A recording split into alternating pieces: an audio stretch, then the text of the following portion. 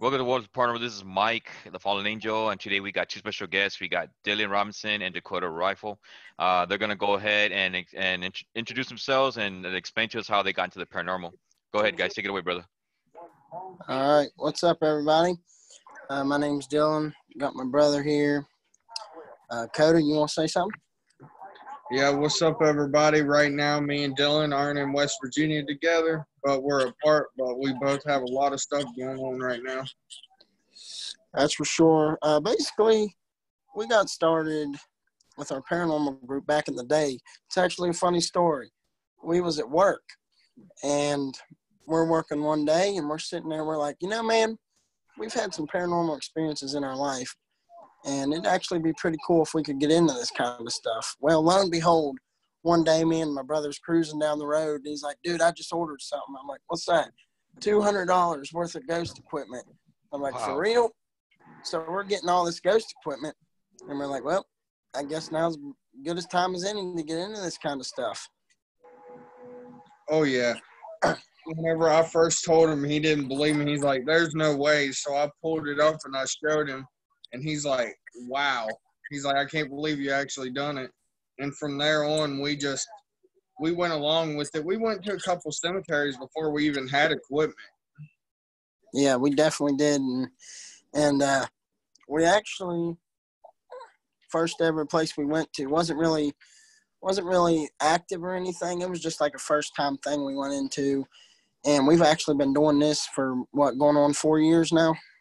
About 5, actually. About 5. Yeah, we actually started doing this about 4 or 5 years ago. And we've enjoyed every minute of it. Like, it has its skeptic times. Like, it has its freaky times there, here and there. Especially the one place that we go to, Loveberry Church. You go ahead and tell a couple stories, and I'll follow in behind with a couple. All right.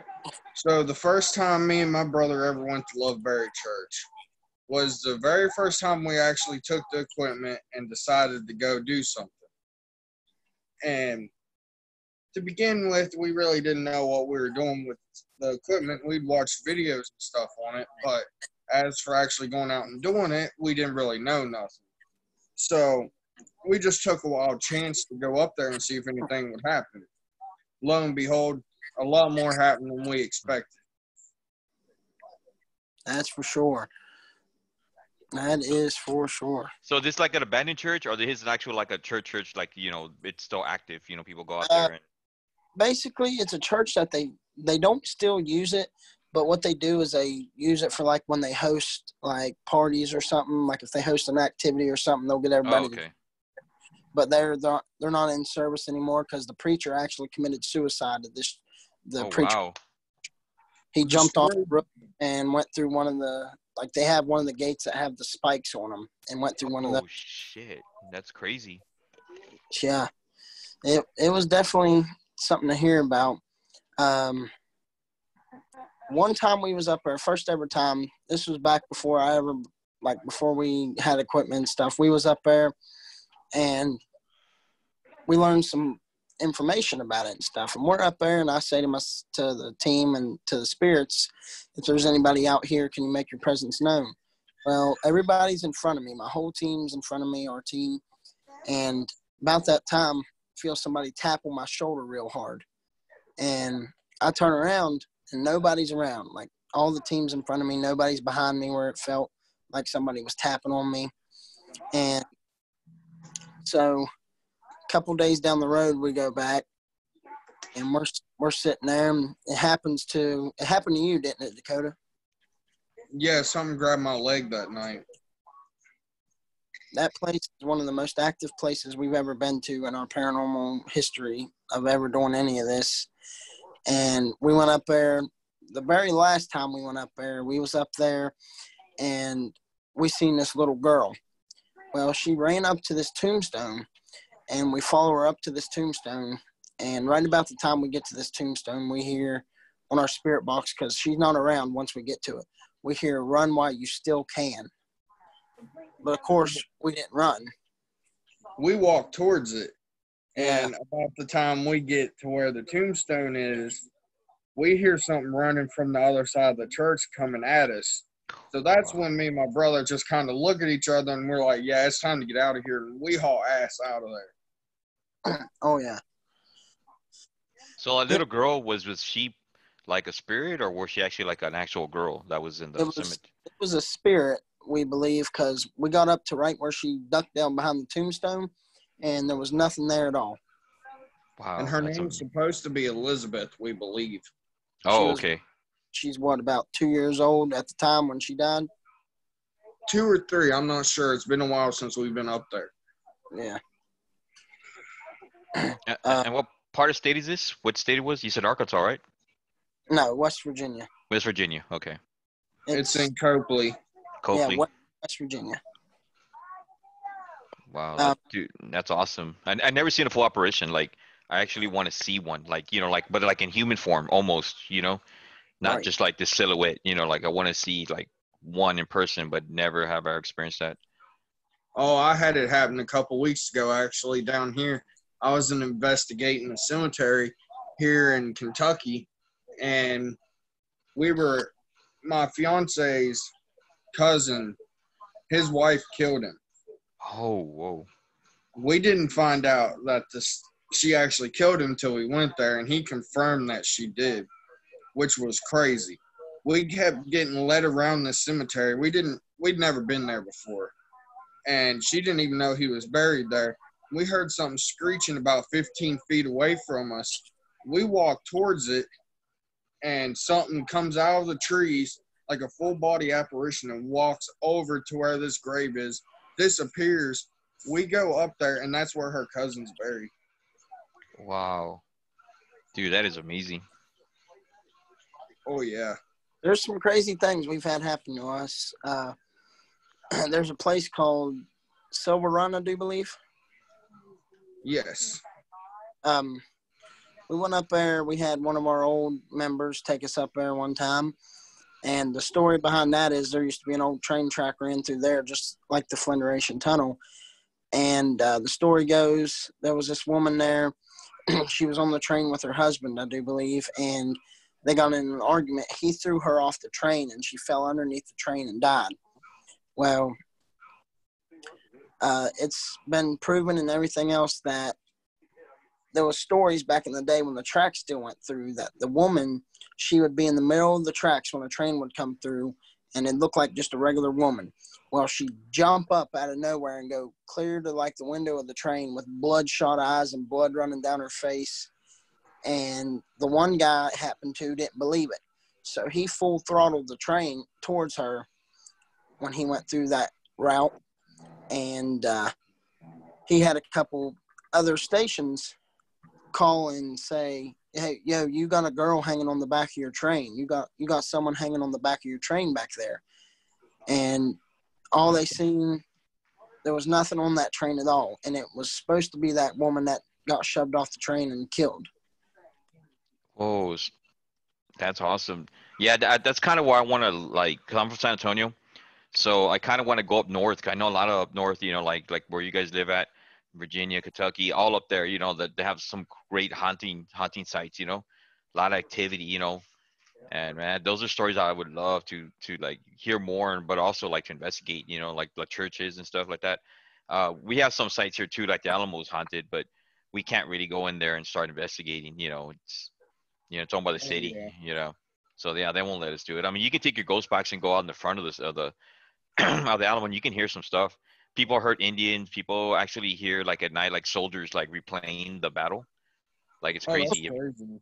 Yeah, they hear that. I never done it before, but all middle San Antonio, if you go around the Alamo, it's all haunted. Cause it's of course where the Alamo battle was. Some of the hotels there, the Minger hotels, are very haunted. But yeah, you gotta spend the night there. Like you just can't go in there and do it. They're very strict about that. Right.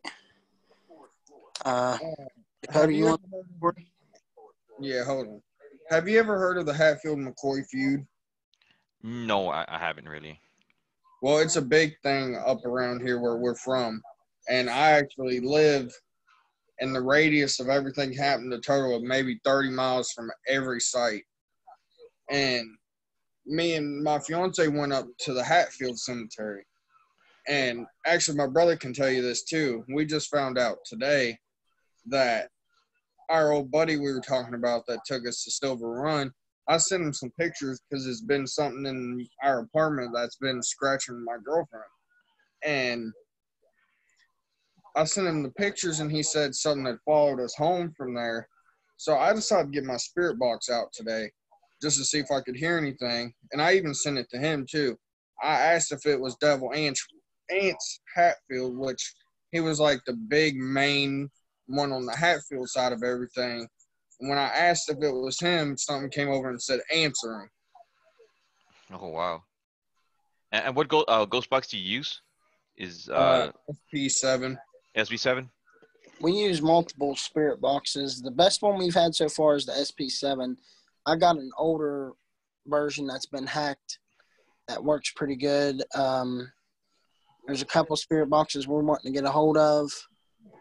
But people think, like even my brother, and I'm sure you know about it, like before we got into this business, we was like, oh man, it's not going to be too expensive of a business. But boy, was we wrong.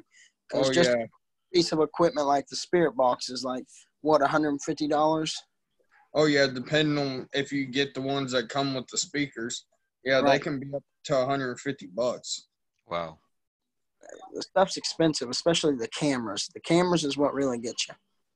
Yeah, we have which is the best camera. cameras? Which is the best one that you can get? I guess like at an affordable price, not too fancy, just enough to get investigations done. Well, he has a good one. Yeah, I have it's an IR night vision, and it's got full spectrum capabilities on it, and I paid about $250 for it, but the battery lasts pretty good on it depending on where you are and how much you record with it. It takes awesome pictures. The only thing about cameras, which a lot of people don't really understand, you see all these TV shows and everything where everything looks like you can see it all. No, when you have these little cameras, you can't hardly see very much in front of you. Right. But the camera we got is pretty good. Yeah, because I still need to get me some equipment. I got me a ghost box and stuff, but I need to get me a better one. I also need to get a camera too. I haven't really, because like I go out with a lot of investigators, but they already have the equipment, So I just go out there and just chill with them, and we just set up and everything. But yeah, I need to get my own stuff. Yeah, because there's some investigating I want to do too on my personal time, when I'm out the group, and I need to get that stuff. Right. It's actually a fun thing to get into. Like, we enjoy it a lot. Even when it has its sketchy moments, like that's what really makes it fun, is knowing you're getting that adrenaline pumping and rushing for something that you can't really see half the time. And you're just thinking to yourself, man, this is crazy. This is just pure crazy. You can't believe half of the stuff you see here. Half of the time we'll be sitting in the middle of nowhere just trying to see if we can get anything. And I'll tell you right now, there's been places me and my brother have been to that would give you the absolute creeps. And we've walked in there brave as hell, us not liking hardly to be out in the dark and stuff. Yeah. And hear stuff we don't want to hear. Right. Dang. Just like we've heard women definitely, like at the place called Flindration Tunnel. It's basically the same almost as Silver Run. There was a train track ran through it, except for there was 3 workers in it one day. And the 3 workers there wasn't supposed to be a train come through this day, or at least at this time. And they heard a train whistle, and they seen lights. Well, they try and get to these cubby holes, and they didn't make it in time. One of them got chopped in half, and the other one got dragged down the track and killed. And one of them happened to make it to the cubby hole, but they shut it down after that. And the weird thing about this tunnel is there is a cemetery up on top of this tunnel. And there used to be gravestones would fall through the ceiling and hit the ground inside the tunnel. And the creepy thing about it all is, first time we ever went there, I was actually there the other night and had a creepy experience. But the first time we ever went there, we had the spirit box out and everything, and we was coming out of the tunnel, and we asked, all right, if anybody's here, can you make your presence known? Because we are getting ready to head out, because nothing was going on that night. And so we hear a woman, I do believe, she screams, help me. And this guy says no over the spirit box as well as soon as she says, help me. Oh, wow. Oh yeah, it was pretty creepy because we walked through the tunnel and back out and didn't get no voices inside, nothing. And as soon as we walk out of the tunnel and ask that question, a female comes through and a male right behind it within a matter of 5 seconds. Mm-hmm. Man, that's awesome, dude. See, like I never experienced that. Like, I mean, the only thing I had, and this was at my house where I'm doing the podcast. We had some friends come over, another paranormal group, and we had but it was on audio, it was on video, and during the recording session, my recording stops. It just automatically just stops recording. I'm here like, oh crap, right? So, it takes me 2 seconds to hit the record again, and during that 2 seconds that it went off, you hear a woman's voice. Like it's on my podcast, it's on my YouTube channel. You can hear a voice come out like a lady laughing, like ha ha ha ha ha, and then we start recording again. But I didn't even hear it. Like one of the viewers, listeners heard it and said, hey, on 2 minutes and so many seconds, if you can pause it, you'll hear a woman's voice, and a woman's voice came through. It's like it Wow. stopped it. Yeah, It and we wouldn't didn't hear that. surprise me. I didn't even hear it. Like if they didn't point it out, I would haven't even have thought about it. But they pointed out, and that shit came through, and I was like, wow, that's amazing. Oh yeah. Sure. Don't be surprised if somebody goes back and watches this video and hears something talking from either where I am or where he is. Both of these places are pretty active too. Yeah, I got a baby grave right above my house. Oh, And wow. then the preacher at Loveberry Church seems to follow me around. And then he has a spirit that follows him around from that church. Yeah, his name's Hunter. Hunter. Yeah, I think I started coming too because like every time I do a ghost box session, there's this guy named Ed. He always following me. He always comes through. This Ed. I don't know what it is. It's just some connection. I personally, I haven't really tried to communicate. I think I should, but it's always coming through on my ghost box sessions. It's like when I say who's here, it says Ed. Ed everywhere I go, every investigation I go to. Right. Ed guy pops up. I don't know who he is. I don't know if he's an uncle or ancestor, but I mean, I guess I'm just too scared to kind of like summon him. Like what do you want.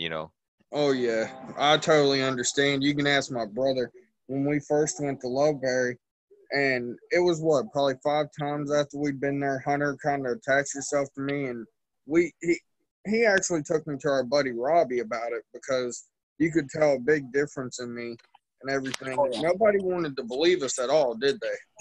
No, nobody would believe us at all. They were saying, oh, you're full of it and all this good stuff. None of that happens. And when it does, it's not often and all this, which of course it's not often that stuff like that happens, but there is the times that it does. Yeah, and Robbie even confirmed there was a dark entity following me around that attached itself to me. And to this day, Hunter is still around with me. I can see him at times. I can hear him. Like, you can ask him. We've had the spirit box on at a place we've never been before, and Hunter will talk. We can recognize his voice. Right. So is he good or is he like bad? Well, he first started off as being bad. Yeah. He's kind of worked himself way into being good because he kind of, it's weird to explain. Since he's been around, I've gained a lot more powers. Like, I can sense stuff, hear stuff nobody else can. I can see stuff, sense when stuff's around now. I used to not be able to do any of that before Hunter came around. Same with me. That's how I used to not be able to do anything. I could sense things every now and then, but not very often. And now I can tell, I can see and hear things sometimes, not all the time though.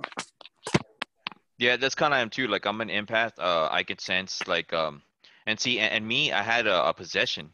It was weird. Like that's when everything changed my life. Like this was like man, maybe 8, 7 years ago. I was at my in-laws' house. This is when I used to be with my ex. So I used to be married, right? And I remember one day her house was very active. When she was pregnant with my first daughter, I would see a lot of shit. Like I would see like a shadow, like laying there. Well, one time I woke up in the middle of the night, and my wife was already like 4 months pregnant, right? And I see the shadow like looking over her while she's sleeping. And I woke up like out of the blue, like it was crazy. It's like I didn't have to go to the bathroom. I just woke up, and I'm here looking like what the hell, and I see the shadow like right there, right, because I'm sleeping right next to her. So the shadow looks at me and it just takes off. I couldn't tell if it was like a woman or a man. It was just a whole apparition of a shadow and it takes off, right? So my ex at that time tells me it was her aunt. They came to see her. They're like really close. So I guess she visited her during a dream. And then well, anyway, that day we would always see stuff. Like I see stuff moving in the house, and it's not even a big house, it's a small house. And then one day, at that time, I was going through a lot of changes in my life. Like I wasn't happy. I wasn't married. I wasn't happy with my marriage. I was just going through some shit. And then I remember one day, I don't know. I remember just we were gonna go out to eat, and I remember just walking out the front door, and everything turned black. Like so, during that time, it felt like I was dead, and like in a sleep. So at that time, my ex was telling me that I went into the car, and like I was like kind of like it looked like I was having a seizure, but not really, because like she would look at me and like I couldn't turn the car on, like I was like so weak, but I was looking at her weird, and so I was still active, I was still moving, and but at that time I don't remember that, and she remembered I was giving her attitude, and then like she moved me over, and like I just kept looking out the window at something, and she was just like, "What's wrong?" And I would give her like negative attitude, and then I started like foaming out of my mouth, and then like and that's when she panicked, and so she came and got her brother, and her brother came out, and they thought I was having a seizure, so they drove me home, and we only lived like 4 blocks apart, so she drove me home, and I remember seeing in and out, like seeing her like pick up my body, and it was like I'm in and out of my body, like I felt real weak, and then I blank out again, and then well, through all that I was going through all these convulsions and talking shit and talking like angry, like something was That's in me, crazy. and then when I finally woke up, I couldn't feel my legs. I was like paralyzed for like a whole day. Like I couldn't move. I felt like I was drained, and like that. I remember the ambulance was there because I stopped breathing. Finally, they resuscitated me, and they're about to take me to the hospital. And I woke up, and I was like flipping out, like what happened? What's going on? And my ex is like crying. She thought I was like dying. And ever since that day, ever since that time, that spirit has always been around me. It's already made itself known. I seen it, and like you said, I've developed skills where like I can hear things, see things. I can feel people's more emotions. It's crazy. Like it was a big change, and like the spirit is still around me. It's always it protects me. It's weird. It's like it's not evil, but it's not good. But Right. it's like but it protects you. Like it marks you. Like and I know a lot of discussions I've talked with other people in the paranormal, they do mark you. Like if they mark you, they're gonna be with you. Like it's weird. Like and sometimes they can haunt you. Sometimes they protect you. Sometimes they could just it's just like you're the property. Like they're just gonna and I've been attacked by other spirits on investigations, but they always seem to be ward off away because of that one spirit that's near me. Like it protects Oh me. yeah. They can never like they don't fuck with me. Like that spirit owns me. It's like no, this is my my Right. property. Like you and so yeah, I believe it, man. When you say that stuff, because I mean, like I do once in a while feel it. Like when I'm really mad, that's when it comes to me. When I'm angry, oh man, I can feel that negative. I can feel it. Like it's weird. It just feels like you have like extra strength. Extra, like I don't know. It's hard to explain, but yeah, I've done it before, man. And I know it doesn't like religion. Like my when preachers start near me, I start flipping out. It's crazy. Like I just start like tripping. Like I guess the way an exorcism would perform. Like they start going crazy. Like had some missionaries come up to me and try to preach to me, and the moment I'm here, like hearing them, like, oh, okay, like this thing's telling me, you ain't gonna do it. Like you're not gonna do it. Like, and it starts getting, and I start feeling scared. Like that spirit starts getting angry and like, no, get away from that shit. Like, but yeah, I believe it, man. Totally believe it. And it's Oh yeah. You can ask my brother. That's the way I was. yeah, that's we definitely know all about that kind of stuff. It's crazy. uh, Actually, our buddy Robbie that we was telling you about, he's actually an empath too, and he can feel and sense and see things as well. Yeah, they give you those gifts, man. I mean, the last rescues I went to, it's crazy because like I like to go in not knowing, like where the activities at. So like I like Mhm. to go in there just not knowing anything, and I like to let my senses tell me. And it's weird because like my senses, my senses would tell me like I sense like this negative vibe over here, and majority of the time that I've been going, it's always been right. Like I'll look at Oh a yeah. room, I'll look up, and then if I look at a certain part of the house, that's where it's at. It's Mhm. like right there. Or even a spirit, if I don't see him, but I can know where he's at, I'll be like, oh, he's over here. Like he's over here watching us right now. Like I can tell. And normally when they do a ghost box or they'll ask it, they'll say like, yeah, I'm over here. or they'll use a ghost detector or whatever, and they'll pick up the presence there. But Oh yeah, yeah. definitely, man. I think you will develop as you keep doing it. You will develop, like empath skills. It's crazy. Like your gifts will open up. You'll be Hmm. surprised what you can do. Yeah, we've already noticed changes and stuff like that with when we first started not being able to sense or feel or hear anything to now to where we can sense, feel, and hear some things and other things like that. And it's actually pretty crazy because once you do this for so long, every little bit you get a little bit more power, skills. You can feel things, hear things, just see things you wouldn't see normally. Oh yeah, for sure. And like me, especially like now when I go places, it goes crazy. I can just see things nobody else can, and when I see them there, and if they're bad, I can tell you right away. We were at this one place down here. It's called the Red Robin Theater, and the story behind it is it used to be an old theater. When everything was segregated, the blacks used to have to sit on the top, and the whites were always on the bottom. And apparently there was a murder happening there, I believe. And there's this story that there's an 8-foot guy that haunts it. I didn't feel nothing bad down on the bottom part, but I turned around and I see an 8-foot tall dude standing on the balcony. Wow. It's crazy. That place, you walk in there, we went in the middle of the day and it was pitch black in there. You couldn't see nothing. Right away, that's automatically a sign there's going to be stuff in here. Mm-hmm. Man, all that history, man. That's what's interesting, dude. Like, cause we don't know, like, we don't know everything, every little thing that happened, and it's weird how everything plays out like that, like that's kind of stuff I want to go to, man. Like, I mean, I've been only paranormal skiing for like maybe about 2 years, about a year and a half. I haven't really got into it. I just got into it maybe like, yeah, like a year and a half ago. Um, but always been doing it like solo, but like going to these big, like the stories that y'all have. That's kind of the shit I want to go through. I want to go and say, oh, we saw this story, you heard this. I only seen one thing in my paranormal, and it's just lucky. Like it was a small neighborhood. It was a client's house where they were an old man died there, and but they would see other stuff too. And but in that house, they were doing like a ritual, like a dead worshiping ritual in their backyard. So that Mm-hmm. day, they would sense like an old man, and he would do nothing, but he would just appear in the kitchen.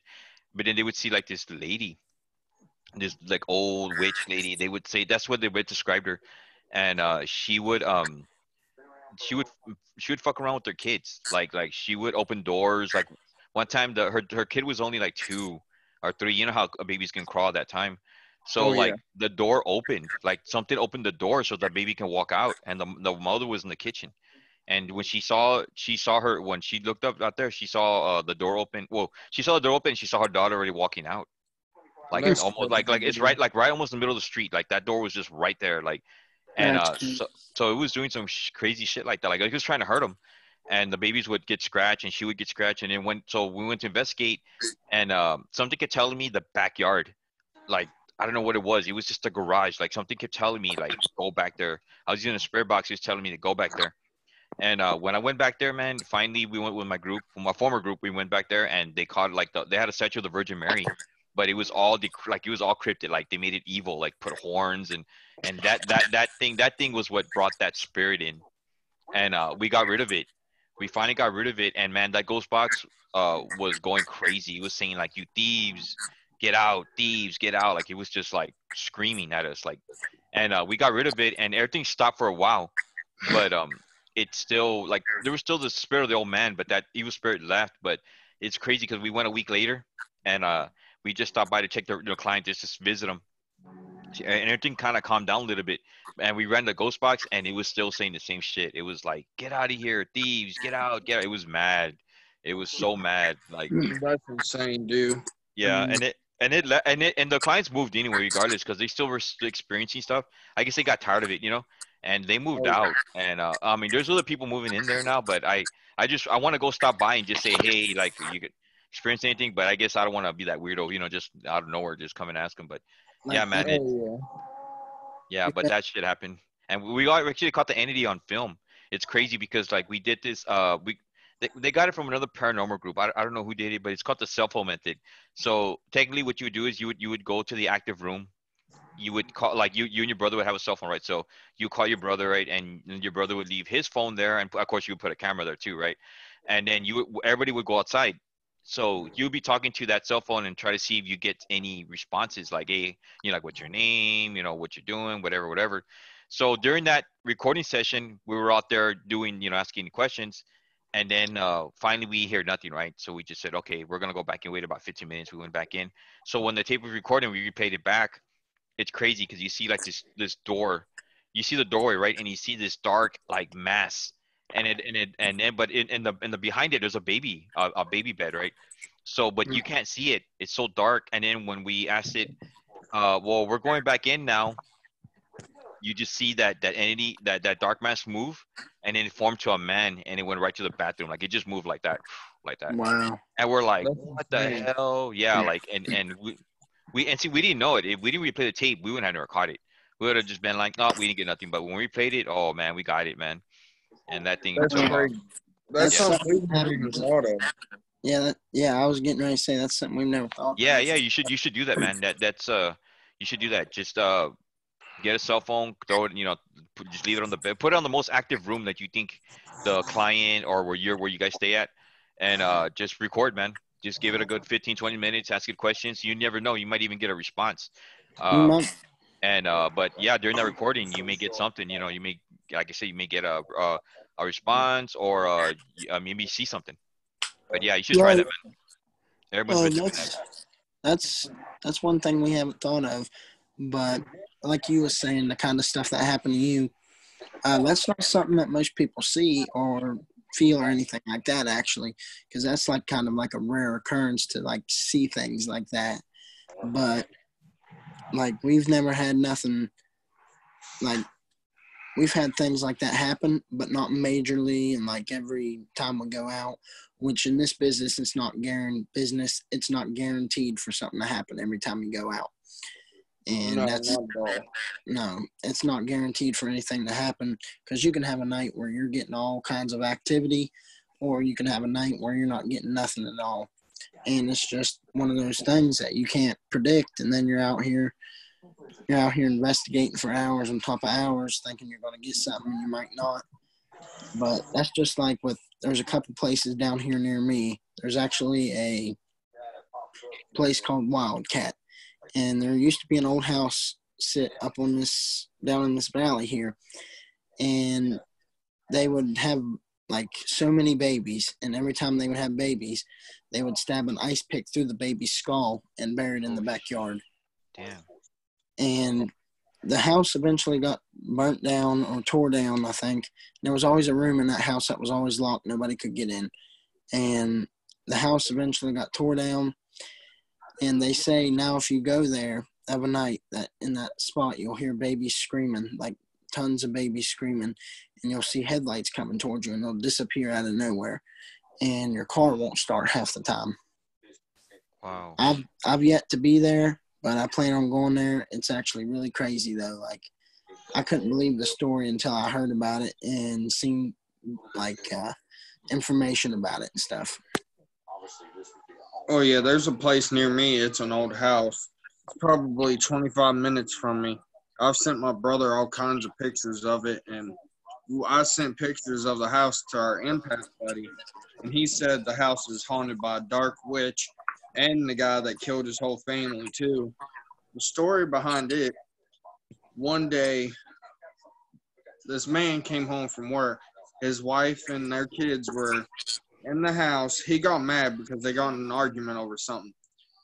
He went to each room, killed all the kids, took the youngest one, threw it down a well, What? and his wife was trying to run away while this was happening.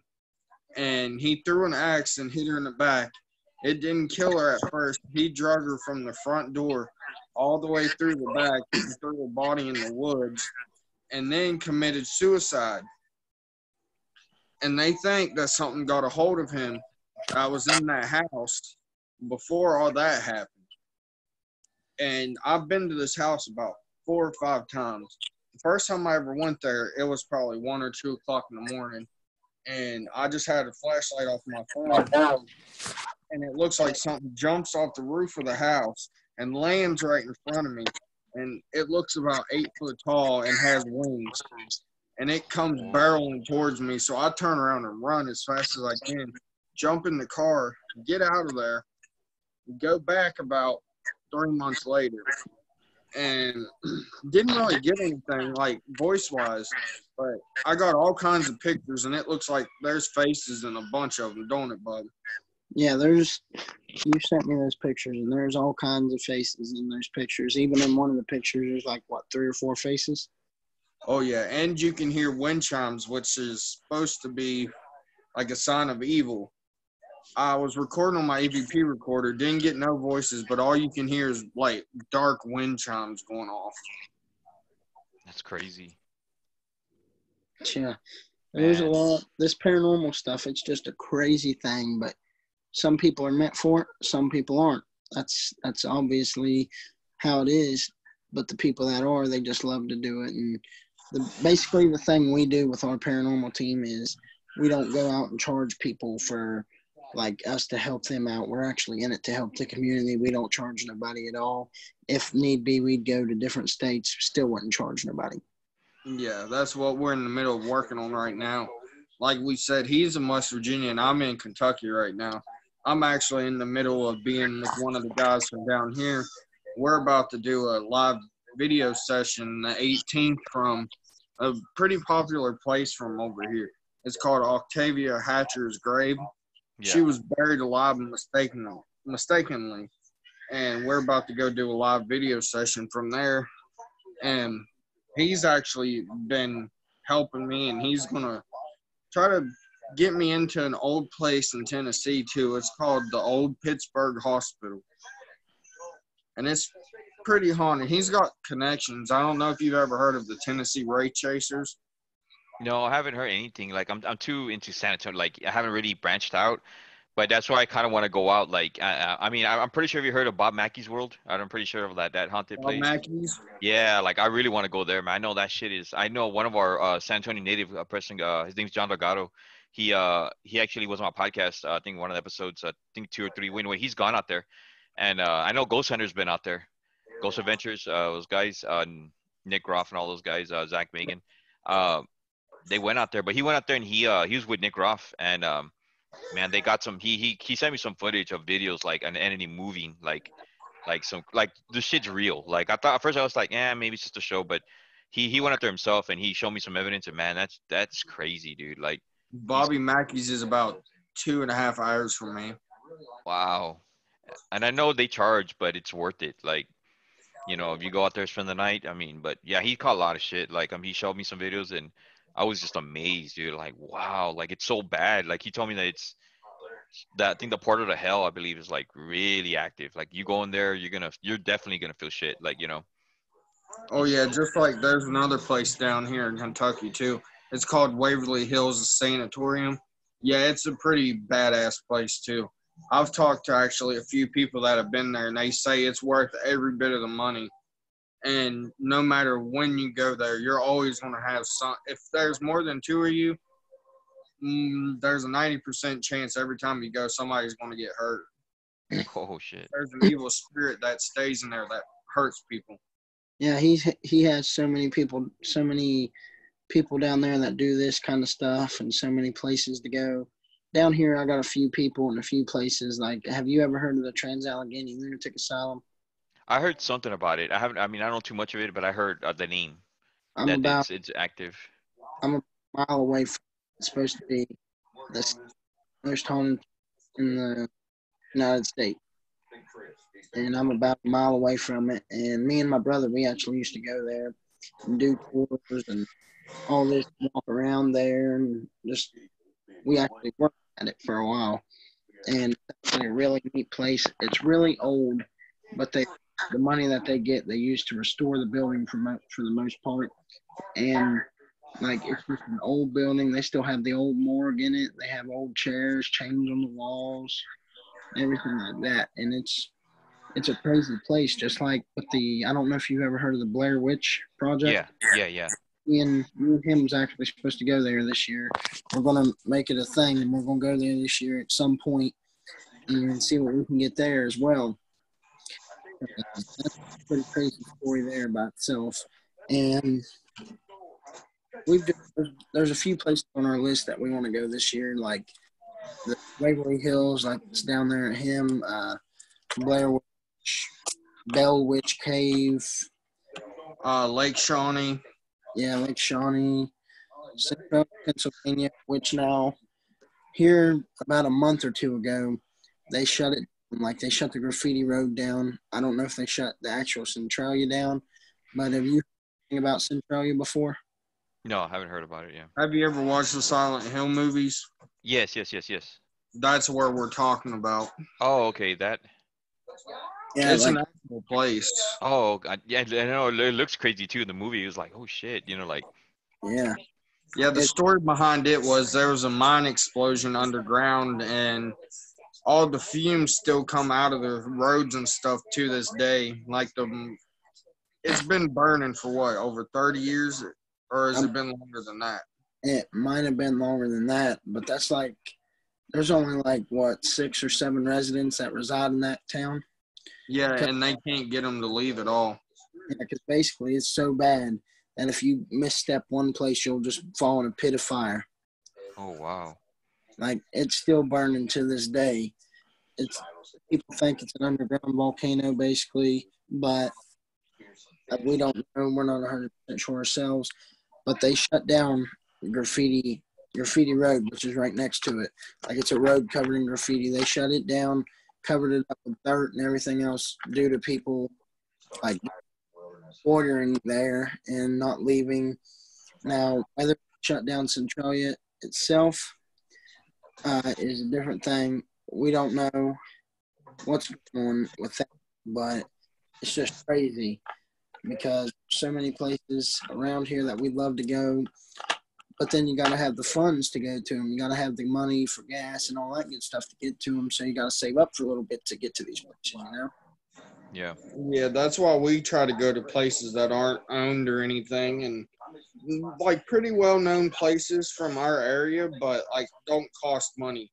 Like down here, with me getting involved with a couple groups from down here, East Kentucky Paranormal Adventures, and then Greg, he's got a show called Cemetery Talk, and he's the guy I'm actually working with right now. East Kentucky Paranormal Adventures is the ones that hooked me up with them, so I'd like to give a shout out to them if you don't mind. Yeah, go for it. But they've actually hooked me up with quite a few little places around here and told me some history about them. And while my brother's down there getting everything situated, and I'm up here trying to do a little places where we've got more of an area. Like down there where he is, there's still a lot of stuff still shut down because of all this crap going on. And up here, there's just more places where aren't owned by people, where you can go that have a bunch of history in. With me knowing a lot of people up here now, they know a bunch of places that are haunted and where you can go and nobody will bother you. Yeah, that's what I like about the paranormal, like paranormal communities. Like it's all about being a team, like family oriented. We all have the same, goal. Just to make sure, just let people know that there is life after death. That what they see is not, you're not crazy. And that's what's good about the paranormal. It's just a unity, it's just a family. And that's kind of what I believe in. I don't believe in like, oh well, this paranormal group is better than this, and we're all in it together, man. And yep, and we all like to supplement it. Like most people will try to hold that in because they want to show the evidence, but I mean, I'll share all my techniques with everybody. Like I don't care, and it's not even my idea. It's like that's someone else from another paranormal. I don't even know. It was from my former group did that, so I just kind of like, oh okay, I'm gonna start using that. But yeah, it's to me what I love about the paranormal is just the history, man. The stories behind it, whether it's good or bad, but it's just like how it still replays even till today. It can happen so many years, and we still get to see that. Oh yeah, man, we understand. Is me and my brother, we don't care to share our techniques with everybody. There's been a couple people that we have shared them with, and they turned around and stabbed us in the back and all this.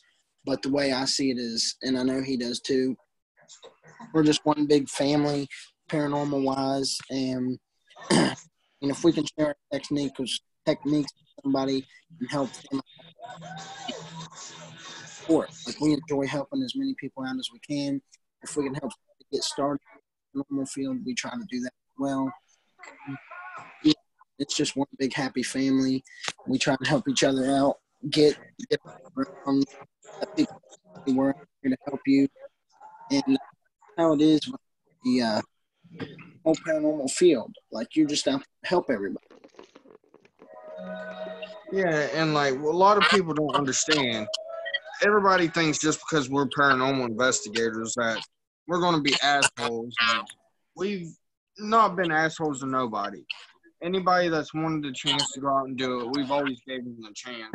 And we've learned the hard way not to let people into the group, because we've had quite a few people go behind our back and stab us or say they want something to do with the group, and then we're stuck with nobody. Me and my brother and my cousin Nick have been pretty much the group this whole time since we started. Now we got our buddy Jack. We have a couple other people, but they're not involved as much. But we've got a pretty good team right now. It's just trying to get everybody to stay on track and go with what needs to be done. And like, we understand everybody else has lives too. Don't get us wrong. But like, when it comes to us needing to do group meetings, talk about stuff like that, that's like the most important thing. We need to have communication. Everybody needs to get along. And there's been quite a few times, you can even ask him, there's been problems in the group where somebody don't like somebody else. And I mean, that's just kind of ridiculous. Right, but you'll have that sometimes, of course, you know that. But as of right now, the team that we got is pretty good itself. Now, like he was saying, we all have our own lives. We have family and all this we got to take care of. Paranormal is kind of like a second thing we do in our lives. And it's not something you can just, hey, drop everything and do this or do that. But then again, it's something that you try and do, and you want to try and get into it as much as you can. But like with me and Dakota, he didn't lose his parents, but he still has them, but they're not around as much. But in 2018, I lost both of my parents within a month. And that was basically the thing there that made it or break it. And since then, it's been me, my brother, and our cousin Nick that's been there for each other. And that's the way we are. We're just there for each other every day, all day, even though we're not around each other sometimes. It's just a big old thing that we've had started since day one. It was me, him, and Dakota that started the paranormal team. And it's been us three since day one, plus some new members.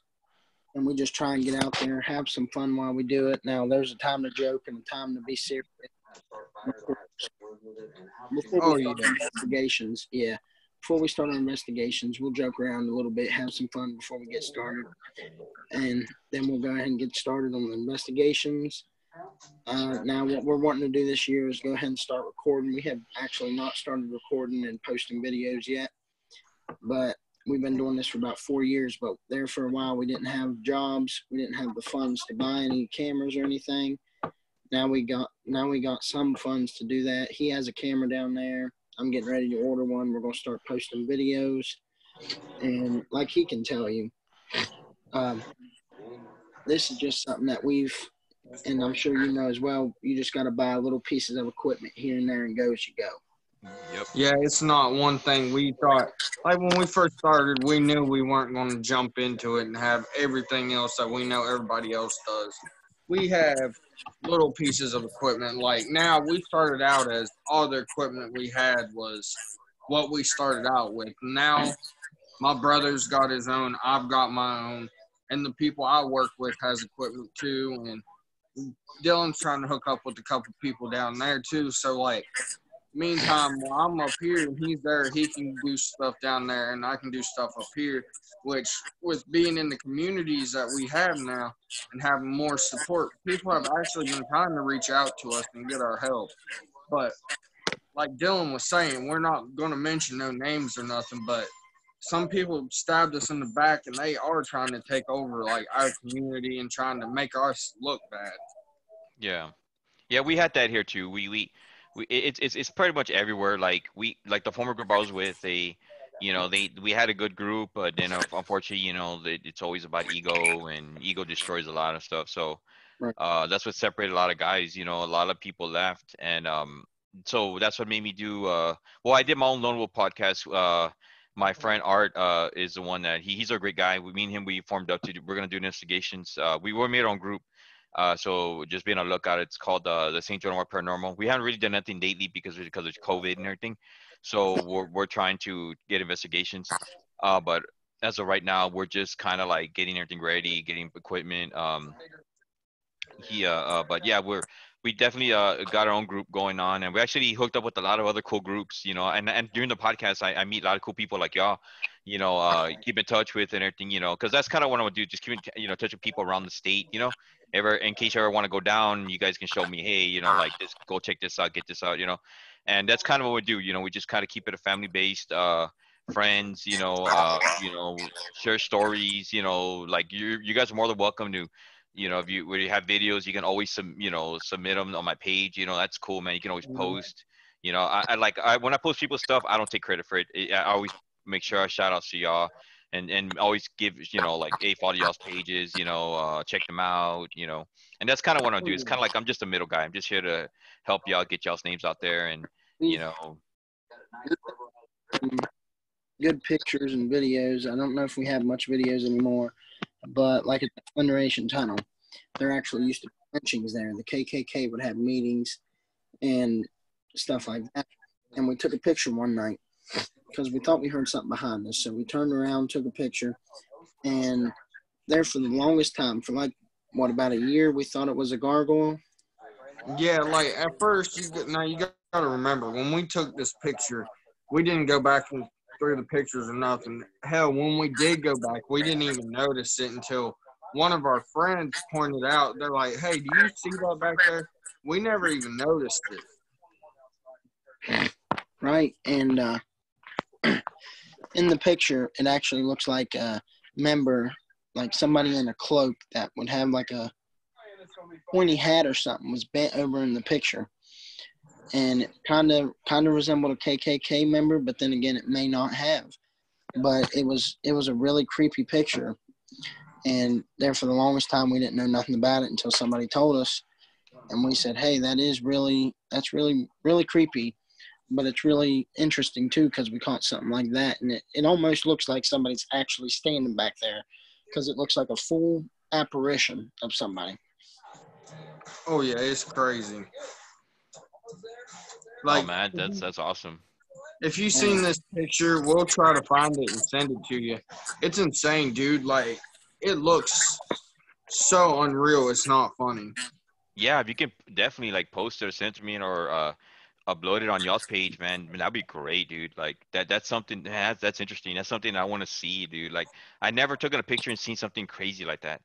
Like I said, the most craziest thing I ever saw was that video I told you about, that cell phone method stuff that we did. But that's like, I never seen any pictures. I never caught anything where I was like, oh shit, I caught a weird looking thing in the background. Never done that. I want to start taking pictures though.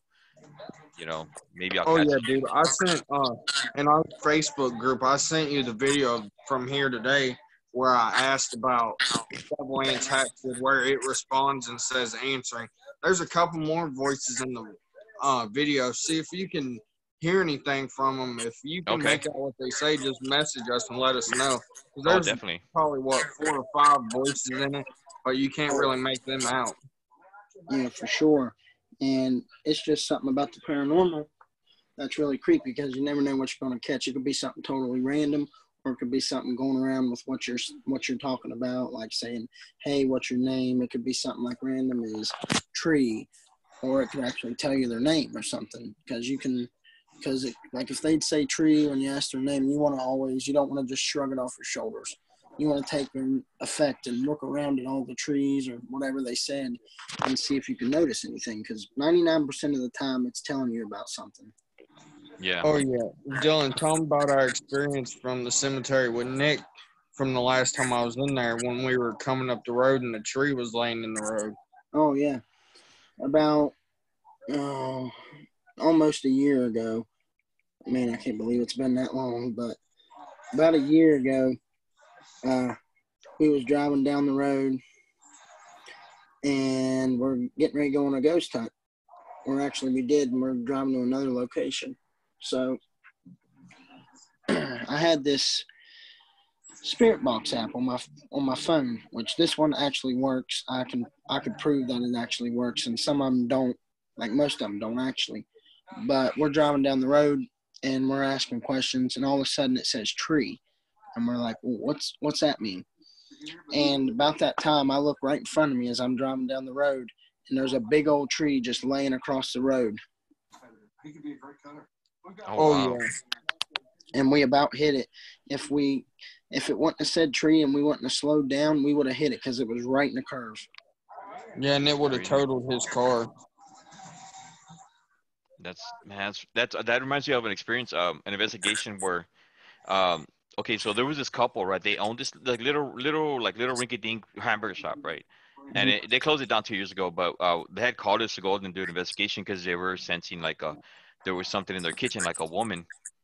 So we went over there, right? And we went there to eat, and after they closed, right, we did the investigation, we set up, and their theme was, they called it Monster Burger, so it was like all themed out monster, like anything like Halloween kind of like type, and they were telling us like certain statues would fall off, and they would hear a woman's crying. They would hear a woman's voice in the woman's bathroom. So, but when we went there, the couple didn't really tell us the whole story. All we know is that the owner, that was his ex-wife, and she had passed away maybe like 3 months ago of cancer, some rarity of cancer, right?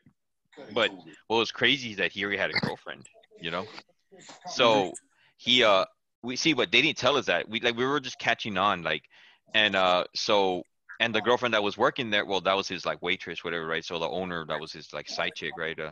Well, anyway, so we're doing the investigation, right? And we were using the ghost box, and the ghost box kept saying whore, right? And we're like, what? And then it said her name. And then like when I went there, and I'm an empath, right? So me and my friend went in there, and she's an empath too. So like I started feeling sad, dude. I felt like the bathroom. It was like my senses were telling me the bathroom. And before they even said anything about the bathroom, I felt like pain and like sadness, right? So then we go to the kitchen, and we're doing like a ghost box session there, and we're recording, right? So we're trying to see we can catch something, and the viewers can catch it. I heard this woman, like, I swear to God, like they didn't hear it, but I heard this woman say something right next to me, like shut it off. I was like, what the hell, like turn it off. And I was like, do you hear that? And Mary was like, no, I didn't hear it. And the guy behind me heard it. He was like, yeah, it sounded like a woman. So well, anyway, after that, we're still investigating, and we started doing I started questioning the couple, like, hey, so how long was your wife was sick, and how long you divorced? And like this guy's like lying to me. Like I could tell he was lying to me. Like they didn't tell me the real truth.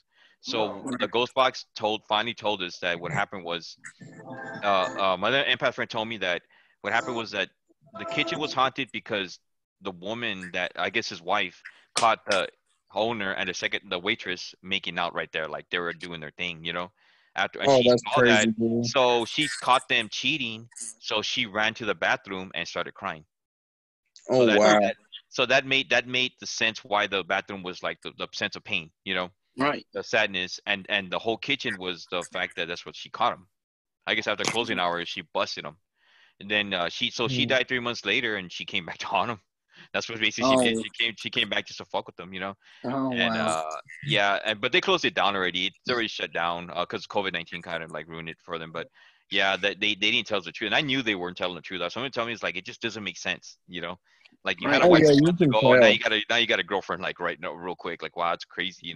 Maybe after a year I would get it, but like already like after 3 months, like oh I got me a girl now. Like I'm over it. Like Right. yeah, it was crazy. Not mourning about it or anything like Yeah, that. Just yeah, getting right on the roll. But the ghost box was saying horror, and it mentioned that waitress's name. But of course, we're not gonna call them out on it because that's not our job. We're not gonna be like, you liars, We're just like, oh, okay, And but yeah, that thing pretty much laid it down for us, and See, I'll tell you something really creepy. Dakota will tell you more about it. Like he was saying, sometimes the spirits are actually, they'll tell you the truth and try and help you out, Yeah. Uh, one day we was at Loveberry Church, and I'm sure he can tell you the rest of it. Go ahead and tell it, Dakota. You tell it better. Which story, Bob? About Bentley. Oh yeah, we went there. It was me, Dylan, and Nick, I believe, wasn't it? Yeah. We went up there. It was probably about 8 o'clock when we got there. We were there till about 9. And when we first walked in there, I just kept having a really bad feeling like something was wrong or something was going to happen. So I told Dylan, I said, we need to be careful while we're here. I don't have a very good feeling about it today. And so Dylan and Nick, they're sitting at this statue that's in the middle of the cemetery. And I'm just kind of like walking around the statue. Nothing's really going on. Then all of a sudden, the spirit box just starts going crazy, like blurting out random things.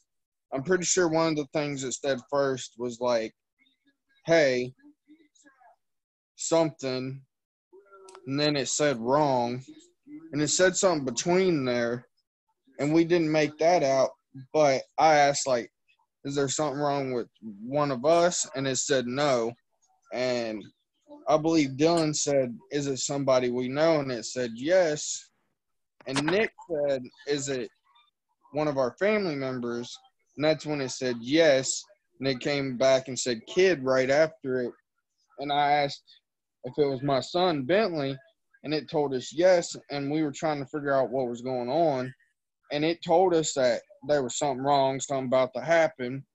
And nothing really happened after that for a couple minutes. And then all three of us get up and we walk around the cemetery like we usually do.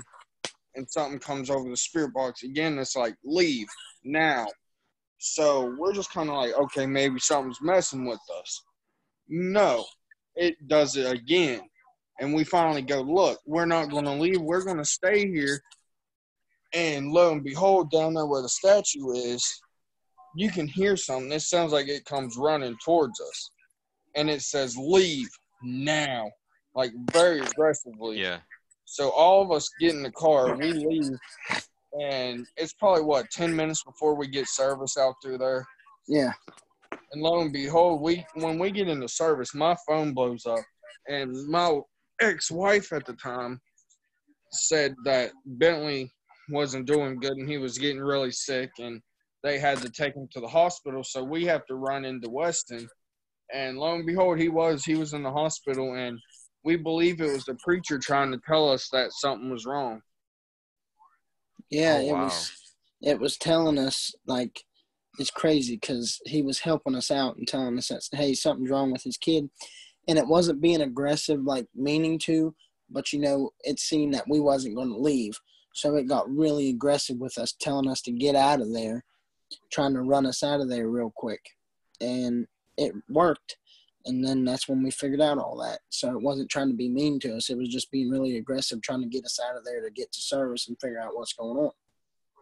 Yeah, like, we were just kind of being stubborn that night because we'd been a couple places too, and like something would tell us to leave, and of course it didn't mean nothing then, so we were kind of used to stuff telling us to leave, and we got braver to where we'd stay when we're told to leave, and didn't think anything about it. And then when we heard that run and it got aggressive, like yelled through the spirit box, that was the first time I'd ever done it. So we kind of looked at each other like, it's trying to tell us something, so we need to leave. Yeah.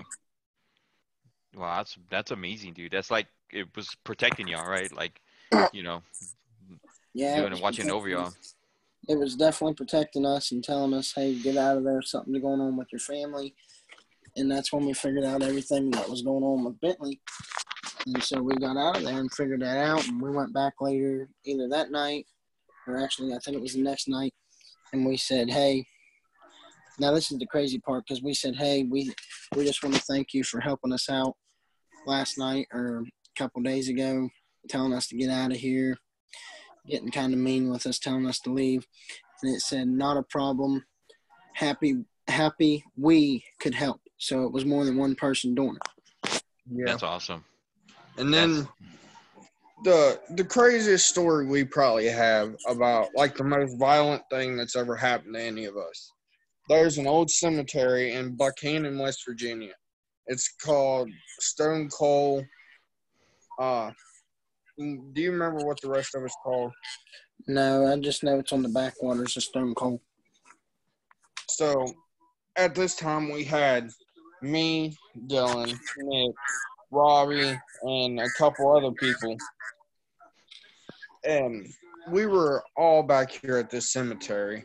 Not to mention, this is the same cemetery where we caught a video of a hand coming out of a grave and going back in. Yeah, and the other two people that were with us will not give us the video. Nonetheless, me, Dylan, and Robbie were all walking up on the side of the hill. Nick was down by the graveyard, leaned up against the railing with Anthony. And we're all up there. Anthony walks around the turn there. He goes into the woods, one of the two. And as far up as we were, me and Dylan heard Nick yelling.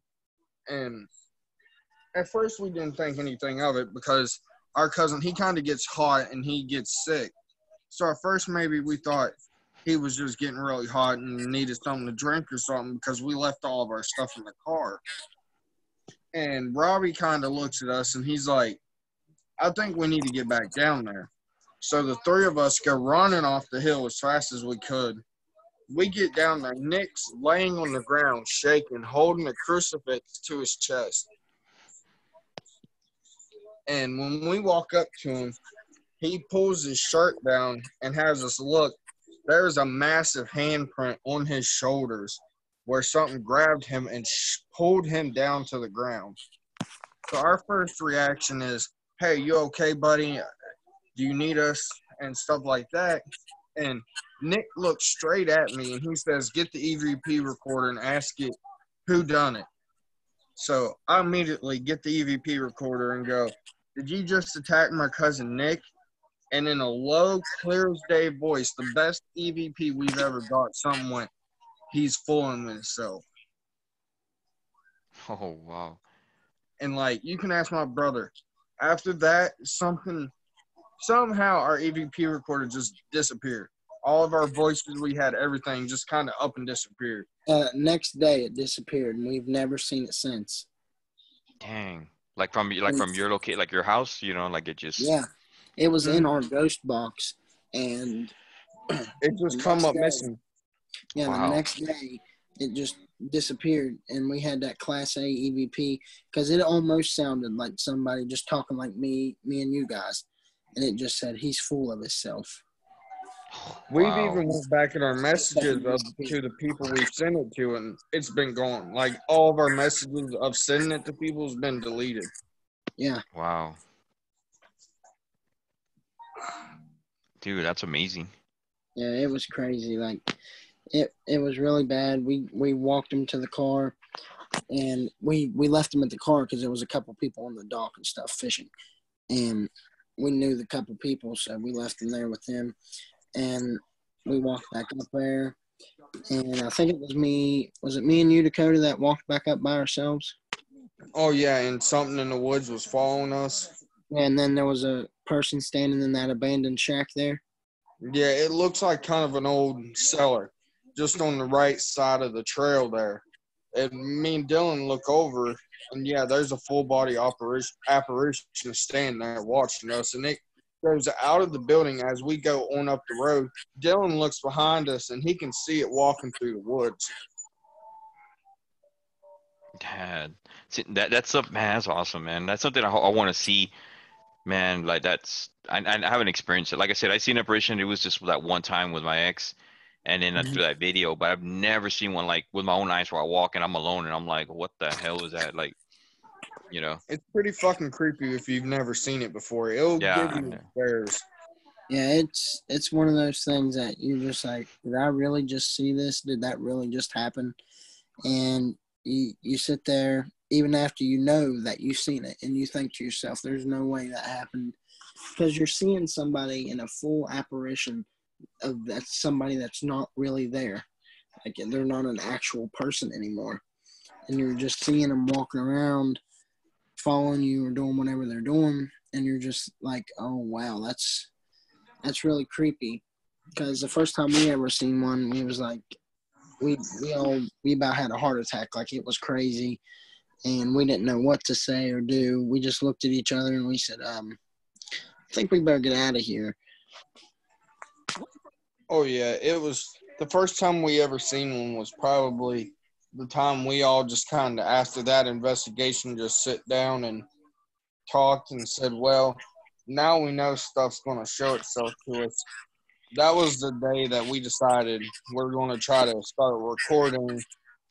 And lo and behold, speaking of seeing apparitions, we went to a cemetery down here about 2 weeks ago where my fiance's grandma was buried. We had these little just Walmart flashlights, and they have the Manas mausoleums where they buried the people in. And we were walking back to the car, getting ready to leave. Out of the corner of my eye, I see something kind of dark to my right side.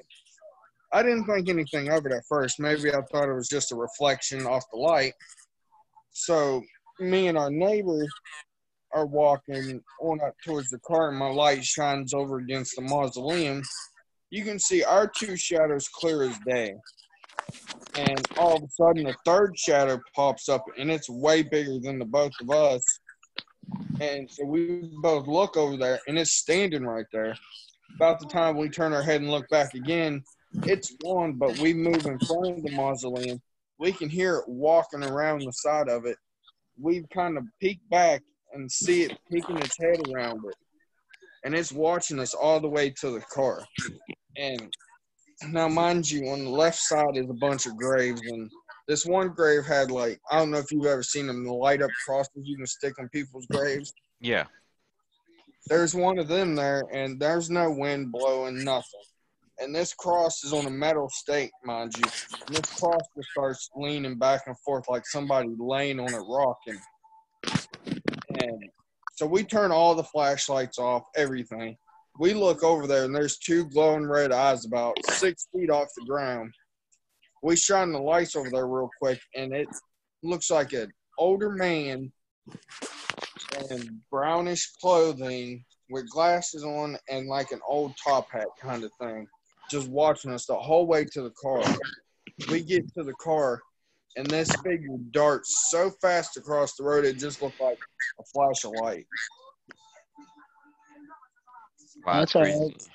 right. Do you remember the incident we had at Jacksonville Cemetery, where we left that night when we was messing around before we ever started investigating?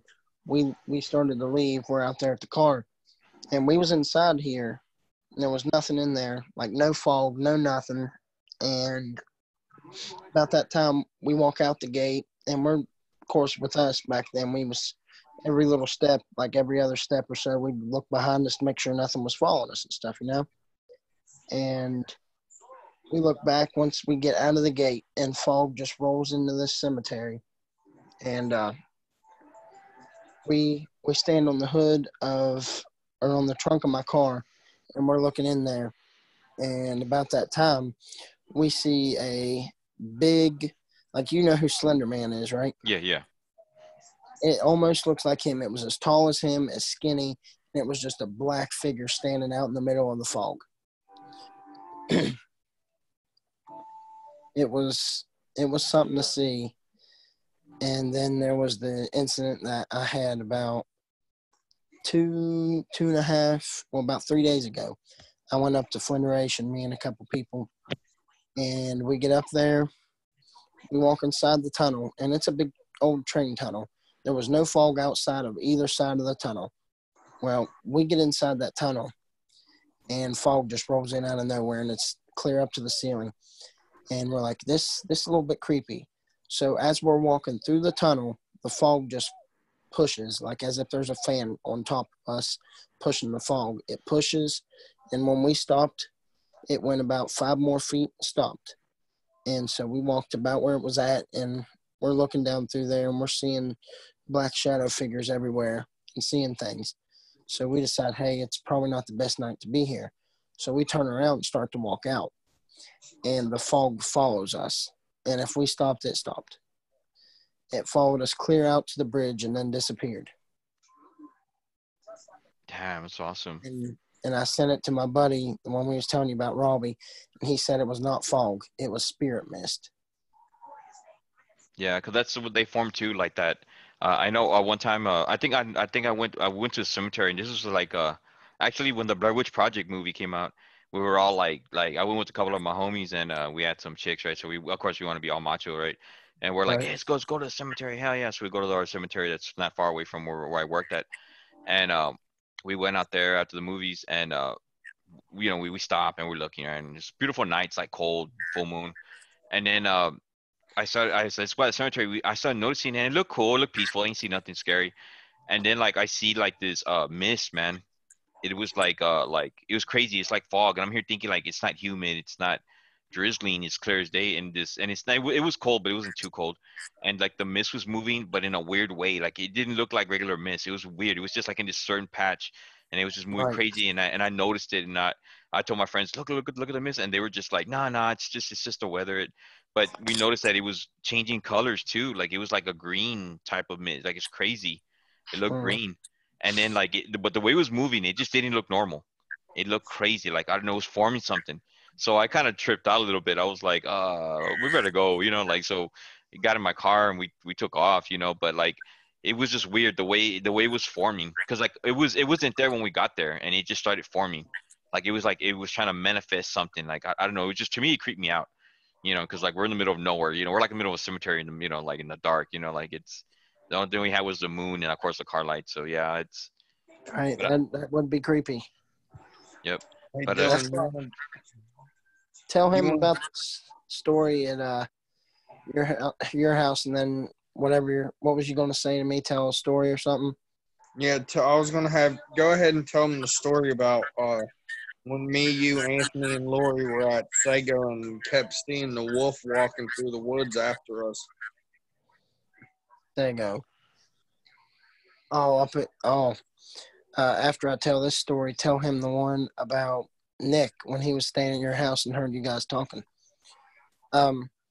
We was at a place called Sago Mine, or Sago Road, and there's an old mine up there where people got killed. And we was on these train tracks, and we kept seeing this light in the woods, and we was wondering what it was. So I pulled out my big flashlight, and we're shining it in the woods, and me and him both could swear on it that it looked like a wolf. Like it was walking through the woods, and it looked like a giant wolf, not an average wolf, a giant wolf. It was probably about 500, 600 pounds. That's what shit. kind of wolf we're talking about. This thing was not like normal wolf size. Put like 2 wolves on top of each other. Wow. It was pure crazy, because like we didn't know what it was at first, and after we seen that, of course, we got out of there, because that is a very, very, just a regular one, and be a very dangerous animal. But something manifested and turned into something that big and huge. And see, we were in Lori and Anthony's vehicle that night, wasn't we? I think so. Anyway, we were leaving, and me and Dylan were in the back seat, so we kept kind of looking out of the back glass. And when we first pulled out, this creature comes out of the woods and just kind of sits down right in the middle of the road and watches us. We get about 500-600 feet away. We see eyes just start moving and going into the woods. We get about 5 miles down the road, stop at this bridge. It was just like a random little bridge. We start to get out, and we hear growling. And me and Dylan look over again, and we see the same thing. And we jump back in the vehicle and say, we're not getting out no more until we're completely out of here. Dang. So that thing kind of followed y'all? Oh, Yeah. You ever heard the stories of a hellhound? yeah, I heard of that. It looked like a hellhound to us, except not a hellhound, if you get what I'm trying to say. Yeah. I can't remember what they're called. I was watching Paranormal caught on camera, and there was a video of this big, gigantic black wolf that somebody caught running after their dog. If you've seen that video, that's what this wolf looked like. Shit. It was crazy. Like, nothing like that's ever happened. And then you got that one crazy story where he'll tell you about with our buddy Nick that we was telling you about. Yeah, so my cousin Nick was staying at my grandma's house where I lived. And at this time, me and my ex-wife were together. And we slept in my bedroom. Nick always stayed in the living room. Nick said the next morning that he heard me and her talking. And next thing he knows, he hears Bentley walking through the hallway too. So he goes to talking to us. Something's talking back to him. He sees three people standing right at the end of the couch, thinking it's us. And when Nick says he sees something, he ain't lying. He said he stood there. They stood there and talked to him for a good 15 minutes, if not longer. He said they looked exactly like us. But I swear on this, to this day, we never got up once that night. And he still swears on it that he's seen us, heard voices that sounded just like us and everything. Wow. So like you guys like talking, like you guys were. He said you guys were talking to him, like, hey, how's it going? You know, kind of like chilling with them. Yeah, just kind of hanging out. But he said we never went and sat down, nothing. We just kind of stood there. And that night, I didn't even sleep that night. I was up and down most of the night, but whenever I got up, Nick was already asleep. And I heard Nick talking in the living room, and me and my ex-wife were kind of like, I wonder if Nick's on the phone with maybe Dylan or maybe with his grandma or something. And so we didn't get up. We didn't want to bother him or anything. And the next morning, he tells us about this, and I tell him I heard him talking to somebody. And he said, I was talking to you, and I said, I was in the bed all night. I didn't move. That's weird. Yeah, Like, was he asleep, maybe, or in and out, like maybe half sleep, half awake? You know what I mean, like, I don't know. No, when Nick goes to sleep, he sleeps all He night. sleeps. Yeah, he don't wake up anymore until the next morning, and crap, sometimes it's 12 o'clock before he even gets up. But But when he tells us something like that, he's not lying about it. And it still puts fear in him to this day, don't it? Yeah, he won't stay down there anymore. Well, now when none of us stay down there since he's not there now. But he'd always have to have somebody in that living room with him, whether it was our grandma, grandpa, maybe Dakota or Tiana or somebody, his ex, something. But that always put the fear, that still to this day puts the fear of God in him. Like it was so bad and creeped him out so bad that he wouldn't stay there anymore in the living room by himself. Yeah, I read stories about that. Like, how's this one story of I think it was this couple that they spend the night at this old like they're like a paranormal, but they went out there and spent the night at like this old mission church. I don't even know where it's at, but I know that when they stood there, it was abandoned, right? But they were just doing investigations. He took his daughter and his kid. They just went as a family, and I think one night as they went to sleep, the kids woke up and they heard like a choir singing, like church people singing, and it was real beautiful, right? And then they said like a nun came into the room, and she was talking to the kids, like, "Hey kids, like preaching to them and telling them, hey, come over here," and and she was showing them around like talking to them and everything, and educating them, but just like regular. And they went into the chapel and they saw like church people singing, and the parents were asleep at this time, they didn't even know. And then like finally the kids walk out. They're like maybe 8 or 10. They weren't that young. But they would told their mom the next morning, like, oh yeah, sister so and so, I forgot her name, And that sister that they talk about, she's the one that passed away there. Like it's crazy. Holy Yeah, wow. and like the church was empty. Like the way you go, you visit abandoned churches and stuff. Like no one lived there. They just went there and they said, oh yeah, we heard. And the parents did hear like what the thing with the wife said that she did in the middle of the night hear like singing, like but she thought she was dreaming. It's like, oh, I heard beautiful church music. She just thought she was just dreaming or something. But the kids saw it. Like they saw actual people like moving, and they described the lady was like a regular lady. Like she wasn't like in any misform, or she didn't look like kind of like crazy. She looked like a normal woman. And they were talking to her, and they were talking to the kids and showing them around the whole church and everything. It was crazy. I was That like, is whoa, yeah. And next day they want to sleep, and they woke up, and the parents are like tripping, like, what the hell? Like, there's no one here. Like, what are you talking about? And then the kids described the sister, and of course they have a picture of that sister that died there, or which was dedicated. Like, I guess they dedicated to her because she was her service and stuff. And the kids were like, yeah, that's the woman right there. That's the woman that was here last night. huh. They're like, what the hell? Like, yeah, I mean, Yeah, that's something. The paranormal field is just something insane. Like you either love it or you hate it, and that's like a story back when I was actually my dad. How I told you I lost my parents within a month. yeah. Uh, my mom or my dad had took his life, and it was it was the same day that he took his life. My dad used to, before he passed away, he'd go to the top of the stairs and he'd stand there and talk to us like from, we was at the bottom and he was at the top. He'd talk to us and lean up against the pole there and talk. And the day he passed away, I was downstairs with my mom, comforting her and telling her everything would be all right. And me, my niece, and my mom all look up, and my dad is standing at the top of the stairs, and he's already gone away in the ambulance and stuff. And he's standing there at the top of the stairs talking. Oh wow.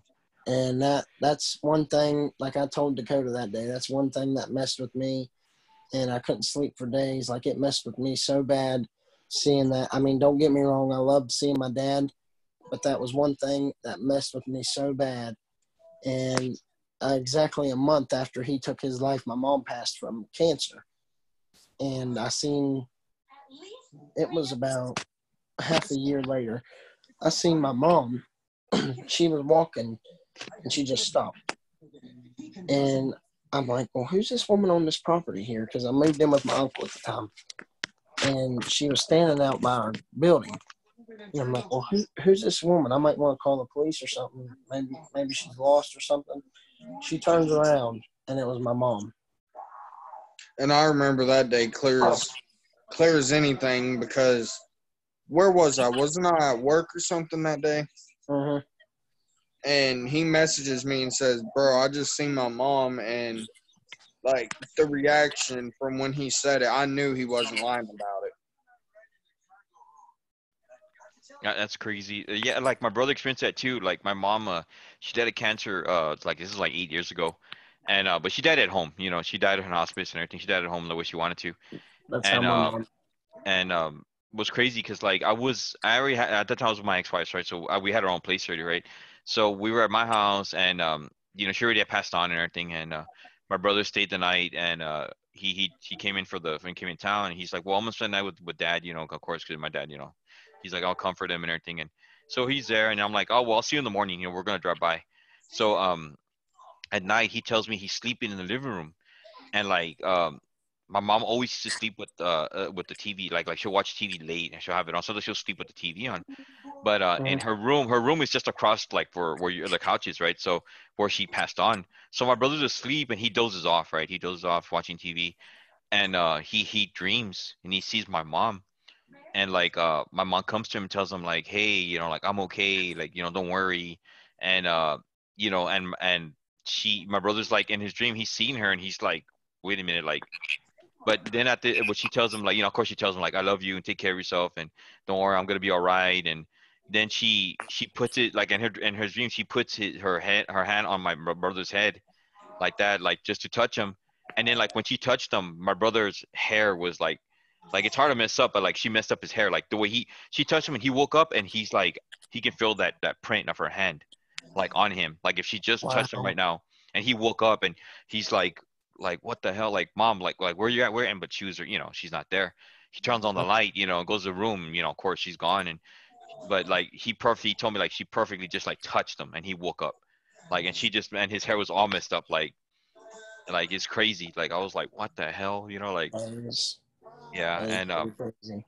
but yeah, she still lives here at this house. Like where I'm staying now, this is where she passed on. Uh, It's me and my dad that live here, and his new wife, his new my stepmom. And it's weird because sometimes she'll make her presence known. Like her perfume you could smell. Sometimes she'll turn off the lights because she hates when the lights are on, so she'll turn right. them off.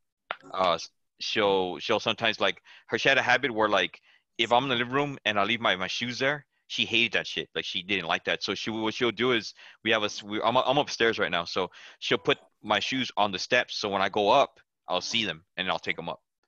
And she'll do that sometimes. Sometimes I'll leave them down there. She'll put them on the steps. That's And like crazy. I'll walk up and I'll be like, whoa, like so that's her telling me like like don't be doing that crap, like That's one of those things that's amazing. Is yeah. like knowing a loved one that passed on, they're still there doing things like what they used to do, and it's just something that you're like, wow, you wouldn't think they'd be able to do stuff like this, which some of them can. Um, that's just like with my mom when she passed on. I had a picture, and I don't even know if I told Dakota this. I had a picture of her and my dad in a frame. Well, I was moving to the place I'm at now, and I dropped it on accident, and the glass of it just shattered. And I set it in a box, and I brought it to the room that I'm in now. I set it in the room, opened the box, left it open because I was going to unpack it later. Well, I went to the store. Nobody else was here, like nobody at all. I come back, and the picture frame just looks brand new. Like it looks like the glass had never broke. Wow. It was insane, but that's one of those things. Hey, they did that. They fixed it. They're making it better. They don't want to lose memories and all that. Yep, they're attached to that, and that's true. Like my mom, she's attached to my daughter because they were real close. Because she never had a daughter. It was just all boys. It was me and my two other brothers. So Uh, like she got real close to my oldest, and thank God my oldest got to know her, and she knew her when she was a teenager and everything. And but she still sees her. Like once in a while, she'll call out her name. Sometimes she'll knock on her door, like in her room, just to let her know that hey, I'm here. My daughter saw her actually like a full apparition of her. Like man, I think when she was like 10. And I remember when my daughter tells me, "Hey, I saw grandma." I'm like, and it freaked me out, dude, because this is like during the day. right. She's like, "I'm hitting here, and grandma came," and I go, "And how did she look like?" And she's like, "She looked younger. She looked like maybe in her 30s or 20s." But she's like, "But and I have a picture of my mom when she was in her young days, and man, she described her exactly like that's the way grandma looked. That's the way grandma. And I'm like, man, and she talked to my daughter like full operation, like I'm doing good, I'm doing okay, don't worry, and she would appear to her in her dreams and stuff, but she hasn't had seen her ever since, but she would always appear to her. But that was crazy. Like I just walked into her room and she's like, I just saw grandma. I'm here like, what the fuck, like what? Like, I'm like freaking out, dude. Like Yeah, that's those where? crazy things. And my daughter didn't flip. Like she didn't freak out. She was just like, it was just like if she was still alive, and she was just like, yeah, I just saw grandma. Like she said hi and she's doing fine and don't worry. And I'm like, dude, that just spooked me the hell out. Like okay, like what the fuck, like okay, mom, I love you, but don't do this to me, like Right. yeah, yeah. Oh yeah.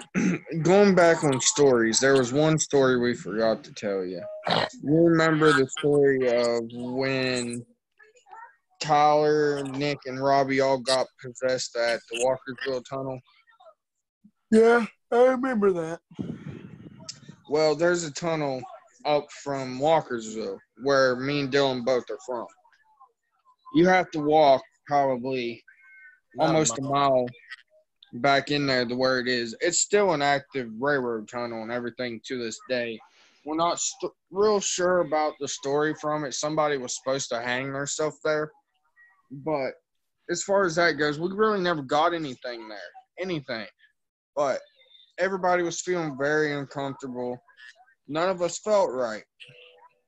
So on our way back out, Nick, Robbie, and Tyler just kind of stop and all look at each other. Nothing happens to begin with. And then something grabs a hold of Tyler, and you can tell a big difference in Tyler when something's wrong. And so me and Dylan try everything we can, and it just seems like it disappears for a second. And it comes back, and this time I'm like, Dylan, I got this. And like Hunter like appears like I can see him, but nobody else can. And Hunter, what I seen, he pulled some kind of entity out of Tyler. It disappeared. We walked probably another 100 feet. Yeah, about 100 feet, and then that's when it hit Nick. And the thing with Nick was that my mom, she had always told Nick that no matter whatever happened, he would always have a special place in her heart. And it hit Nick, and he started crying and everything because that entity was inside him, and it was making him do things and have bad thoughts. And I said, Nick, I'm gonna try something. And my mom and dad always watched over me, and like I could always have them in my thoughts. Like if I needed to talk to them, I could talk to them. Well, the long story is that I can't talk to him anymore because whenever that happened to Nick, I went over to Nick and I put my hand on Nick and I was praying that my mom and dad would just leave me and be with Nick and protect him and keep him safe. Well, about that time, he stopped crying. He stopped feeling weird and everything. And he said he could feel my mom and dad. And they went from me and went to him. And I've never been able to talk to him since unless it's on a spirit box or something. Now, this is when it gets crazy. It leaves Nick. Nick's fine. Nick looks like, now mind you, when something possesses you, you look a hell of a lot different. Like you're completely weak. Everything. Dylan does that. Nick's fine. Looks like nothing ever happened to him. We keep walking. We get maybe 50 feet from there. And that's when shit gets real and gets bad. Our buddy Robbie, like, he turns towards me and Dylan and looks us both in the eyes and says, I'm going to kill you. Oh, wow. And, like, me and Dylan just kind of look at each other like, did we really just hear that motherfucker say that? Like, because at first, we all joke around with each other. You know what I mean? How friends do. But he had a dead serious look on his face. And so me and Dylan just kind of grab him. We're like, Robbie, what the hell is wrong with you, dude? And he's like, get the fuck off me before I hurt you. So, like, it took everything in me and Dylan together. And I gave Dylan some of Hunter's powers. That was the first day that I gave Dylan anything. And ever since then, Dylan's powers, he's kind of unlocked everything. And when we both done it together, this thing that was inside Robbie, Dylan can even tell you, he felt it firsthand. It was trying to drain all three of us at once. Yeah, we was holding him down, trying to do whatever we could, and it was like a Mack truck or something. Like we couldn't do anything about it. Like two of us, and keep in mind, me and Dakota are big boys. Like we're big stout boys, and Robbie's like a skinny toothpick, and he was taking us both on. Wow. At once. And it took me. Now, mind you, I'd never done anything like this before. Anything. I look at Dylan. I'm like, let me concentrate. Dylan, can you hold him for a second? And Dylan says he'll try his best. And Dylan holds him. And I stand up and close my eyes. And I don't even remember what I said. But Dylan said I was chanting stuff in like a different language and shit that none of us had ever heard of. And about that time, I fall to my knees and Robbie comes out of it. And it seems like whatever I'd done, to this day, I can't remember what I said or anything. And since then, Robbie's been fine. Like, as soon as that happened, everything kind of left him. But on our whole way back to the car, we could see stuff following us in the woods, like telling us, hey, I'm still here. You think you got rid of me? Think again. Man, that's crazy. Oh, Yeah, it that's how I felt like too when I was possessed. I mean, like everything was drained, dude. Like when I came back to my senses, like my ex told me that I was talking shit to her and I was like foaming out of my mouth, but I was like aggressive, you know? Like I didn't want to give her the keys to the car. She was like, "Give me the keys," and I was like fighting her, like, "No, no," you know. And see, but I don't remember that. I just remember I was kind of like I felt like I was dead, you know, like I was just chilling, you know, like, and I would just see myself in and out, like me moving, but I couldn't get composure on my body. Finally, when I got composure of it, like everything was gone, and that's when the ambulance was there. I woke up, I was like in a deep sleep, and man, I felt drained. I couldn't walk for like 2 days. Like literally, when I got up from the couch, I was like scared because they were about to put me on a stretcher and move me out, and I just got up and I felt flat on my face, like I couldn't even move. Like Man, that's literally, crazy. Like, yeah. you can ask Dylan. When Hunter first came around, I like me and Dylan never had no problems. Like yeah, he was telling you, I've been here for him since everything's happened to his mom. I was there for him before that. And right after Hunter came around, our uncle kind of always gave us shit and was playing around with us. And one day we were all joking around or something, and somebody said something, and you can ask Dylan, like, my eyes just turned a complete different color, and I just fucking snapped on everybody. Yeah, it was bad. Like, just out of the blue, just started snapping on everybody. Now, of course, he didn't on me because we have that bond, and Hunter even realizes that, and he didn't do nothing to me, but he snapped on everybody. Like, Dylan himself had to, like, grab me and pull me outside with him. And when he got me outside, he said I kind of closed my eyes and didn't move for about a minute or so. And when I did, I just kind of didn't realize anything that happened. But I told Dylan that I seen everything that was happening, but I couldn't control it.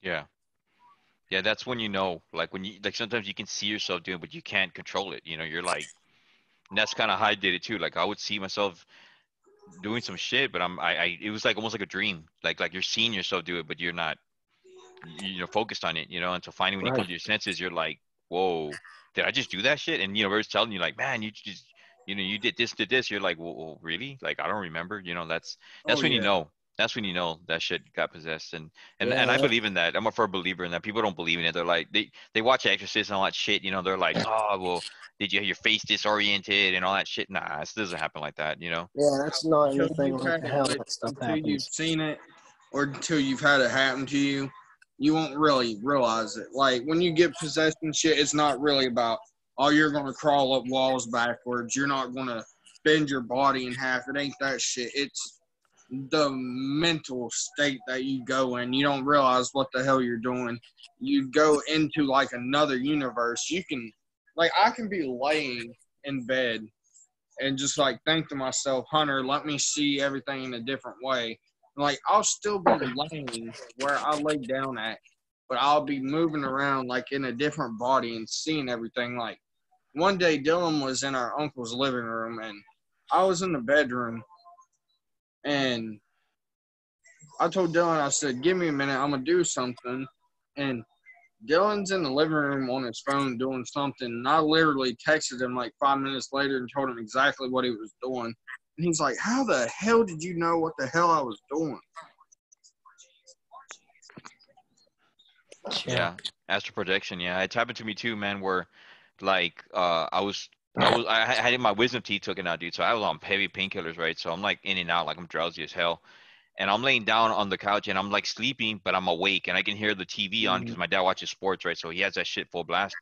I remember leaving my body, dude, and going down the stairs and seeing my dad watch TV, like literally. And I knew I was in out projection. I was like, oh hell yeah, you know. I started messing with it. So I stepped right in front of my father and he didn't see me. That's why I knew that I was not there, you know. Right. 'Cause, Oh, that night that yeah, I'd done that and seen what Dylan was doing, I was like standing. His phone was like right in front of his face, like it is now, and I yeah, was literally standing in front of him, like waving my arms. Hell, it even looked like I picked something up and threw it across the room, and like nobody noticed it. And yep, our uncle came out of his bedroom and went to the bathroom, and like I stood right there in front of the door, so he couldn't get in there, and like he walked right through me like I wasn't there. yep. And it's I did that and then I started feeling like my body was The only reason why I ran back to my body because I felt like something was overtaking it. It's weird Oh because you're yeah. living it, and when I started Right. feeling that, I ran back into it, and I woke up like I was like, whoa, like, and I'm here like, and it was weird. I woke up and I went back downstairs and I saw my dad exactly what he was doing, just there watching because he's stuck on it. Like when he's into it, he's looking like he doesn't blink. He's just like, Mhm. into, and the same position I saw him is the same thing I saw him again when I went down there. And I told my dad, hey, did you see anything? He's just like, no, no, no, this game's really good. I'm just too focused. Like, so if he would have saw something, he would have told me like, hey, weren't you down here? He went, but he didn't say nothing. Like she just, it was like if it never happened, Like And Right. I've been able to come out of my body a few times and do that. Now, like the last few times I've been able to do it, I don't know what's happened or anything, but the last few times it's like I've grown stronger. And this was a couple months ago when me and Haley were staying with my grandma. She was in the kitchen doing something, and I was in the living room taking a nap, and I came out of my body and I wasn't even there, and I walked straight in the kitchen and fucking thinking, oh, I'm not going to be able to do nothing, so I ain't going to scare nobody. My grandma's over here at the door letting the dogs in, and she's standing at the sink helping my grandma do dishes. So I pick up a glass plate and just slam it on the ground. And about that time, they scream so loud, it wakes me up out of my sleep. And I'm like, what the fuck just happened? I walk in there, and lo and behold, there's a plate shattered everywhere in the oh floor. wow. Yeah, So the last few that's times I've been crazy able, stuff that happens. Like there's so much crazy stuff we can't even like. We'd be here all night if we talked about everything that's ever happened to us. But there's just so much stuff that happens to everybody. That's like with the people that don't believe in the paranormal. Everybody's had some kind of thing happen to them. They might whether not they know want it. to talk about it or not. Yeah, whether they want to talk about it or not, it's a different story. Because most of them don't want to believe it. But that's how it is, and it's just crazy. But I guess we're gonna go ahead and cut this short All because right. I gotta get up for bed in the morning. I All gotta get right. up for work in the morning. And All yeah, right. I'm getting ready to head back to Tennessee tomorrow, bro, and We fix All up right. the appreciate plan we you letting got. us be on the show and talk to you about Yeah, everything. yeah. Whenever you guys want to come on, man, you're more than welcome, man. Just hit me up, and I appreciate y'all for coming on, and I appreciate y'all for being patient. I know we were trying to schedule this a long time, but my schedule got crazy, and Oh yeah, yeah, we all had it things was a going on. mess, and I was really looking forward to it, man. I was like excited, and some shit comes up, and it's like, fuck, man, Oh yeah, But There man. was just so much stuff going on in our lives. it, Like it's it, hard to predict yeah. anything. But man, those Give stories were us a good, man. Those are good stories, man. I love hearing that. Those are amazing stories, and I Oh, appreciate y'all. I'm sure we'll have a lot more stories the next time we talk to you, Oh, on the definitely. podcast or whatever. Oh All yeah, right. man. Give us like maybe a month or two, maybe, or Yeah, something like definitely. that. We'll get back a hold of you, and by that time, I'm sure we'll have a bunch more stuff to go over with Oh, you and tell you about. definitely. Like Yeah, I yeah. said, Just I'll keep. be going to locations here probably within the next week or so, and Same doing for more me. stuff. All right, but yeah, definitely. You guys take care, man. And once again, thank you for coming out on the Lone Paranormal. Just keep in touch, man. You got me, of course, you got me on Facebook. Just message me. Keep in touch, man. Don't be a stranger. Hey, we And will, buddy. all right, brother. You guys have a good night, and you You take it too, easy, man, on man. your trip. All right, You too, brothers. man. Thank. All Later. right. All right. Night. Good Later. night, guys. Bye bye. Good Night. night.